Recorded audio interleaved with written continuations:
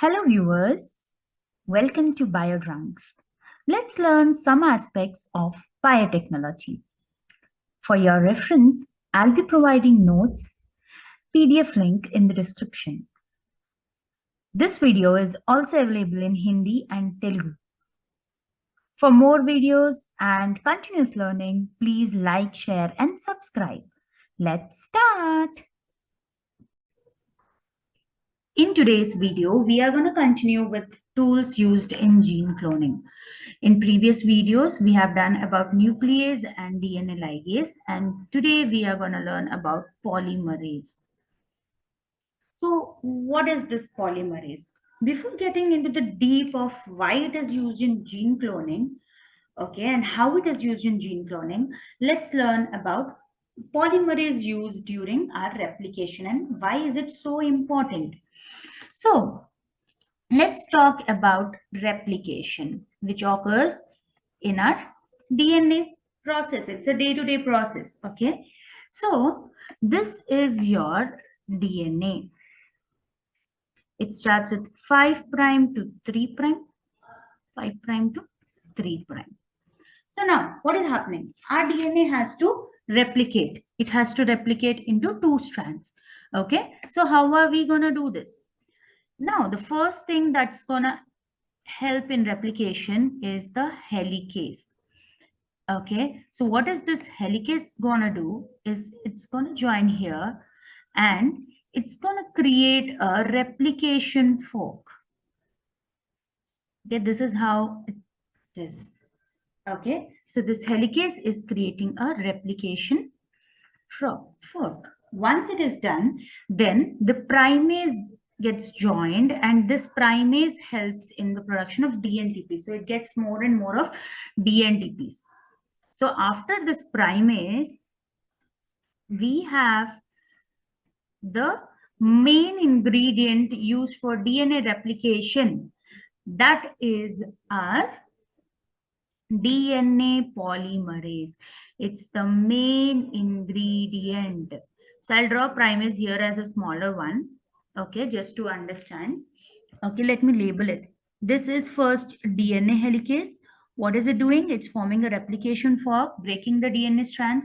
Then you have primase, and this primase, it helps in getting more of DNTPs. Now you have the activity of polymerase, which we call as DNA polymerase. What is this DNA polymerase doing? This DNA polymerase helps in the synthesis of a new strand. So makes the new strand from 5 prime end. Always remember, it makes the new strand from 5 prime end. So how is it getting done? So this is how the strand is being synthesized, 5 prime to 3 prime.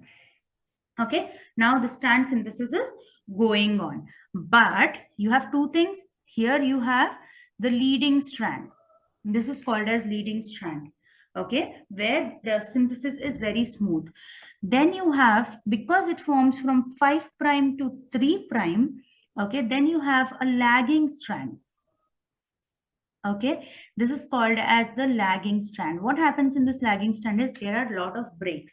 So as we have heard before, here also there are few activities. This is called as Okazaki fragment. And here we have the use of again DNA ligase, which is going to ligate these strands. Okay, and here you are getting a totally a new DNA. Let me just draw it quickly for you. How does it look? This is the new DNA which we are looking at. Okay, so this one strand is getting replicated into 2. So while you are doing gene cloning, this is why polymerase is used, because it is used to synthesize a new strand. And in gene cloning experiments, replication is a very vital process. Okay, and this is why we are going to use our polymerase. So now you have understood, now you have a brief knowledge about what is polymerase.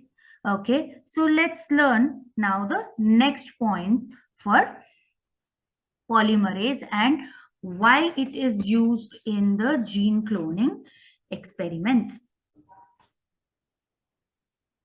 So now just we have seen what is polymerase and where it is used. So let's define it. Polymerase is an enzyme that used to synthesize a new polynucleotides, okay, complementary to an existing DNA or RNA template.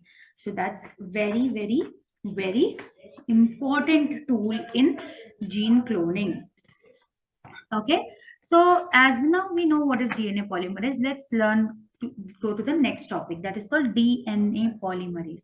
What does it do? It is an enzyme that catalyzes the polymerization of deoxyribonucleotides. Okay, it's used to polymerase deoxyribonucleotides. Okay, DNA polymerase, that's why it's the name of DNA polymerase. So it uses magnesium ion as a cofactor, and this can add the nucleotides to 3' end of newly forming strand. Okay, so hope till here it is clear, because it's very easy.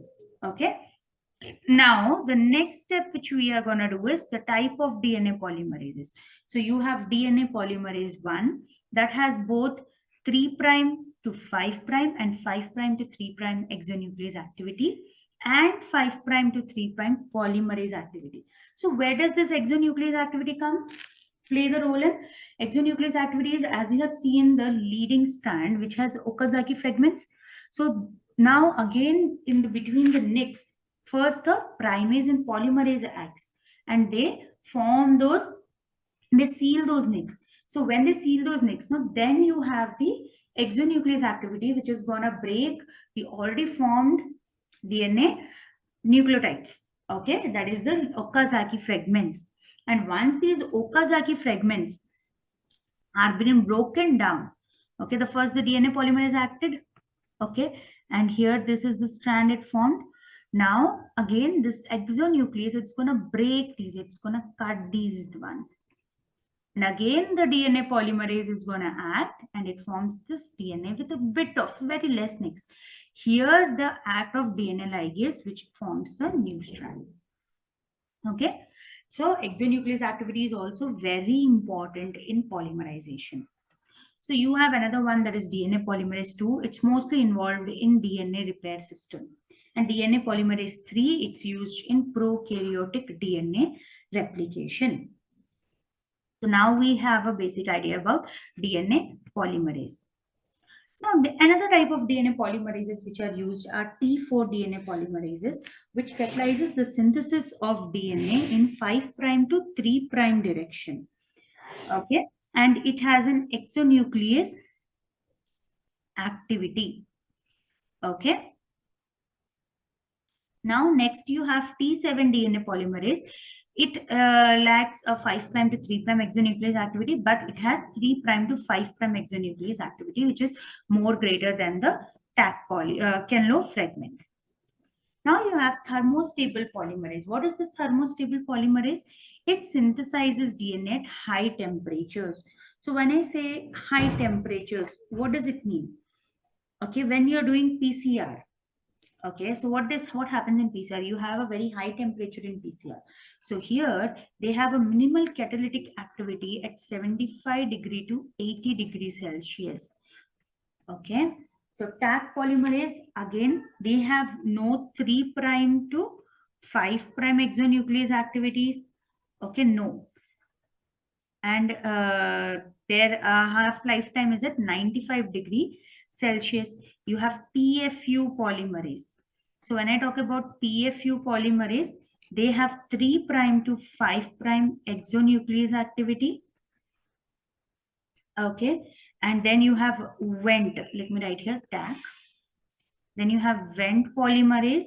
So it again has 3' to 5' exonuclease activity, and it also works at a very high temperature of 95 degrees Celsius. Okay, so now we know about Taq polymerases. Now the most important thing again in gene cloning, that is reverse transcriptase. So what is reverse transcriptase? RNA dependent DNA polymerase. Okay, so how does reverse transcriptase work? This is an mRNA. We are synthesizing DNA from mRNA. This is an mRNA. Okay, 5' to 3'. So to this mRNA, this reverse transcriptase enzyme gets added. And what does it do? This reverse transcriptase enzyme start adding DNTPs to it. 5' to 3'. And here you have DNTPs one by one getting added into it. Okay, and this is how it's getting synthesized. And this DNTPs once get added, they form a cDNA heteroduplex. Okay, that is RNA DNA heteroduplex, or we can call it as cDNA. And this is how your cDNA is being synthesized from an RNA, mRNA, that is called as reverse transcriptase. So this was all about polymerase. This was all about today's video. Hope you liked it. For more such interesting video, please like, share and subscribe to Biodrunk. Let's meet in the next video. Bye-bye.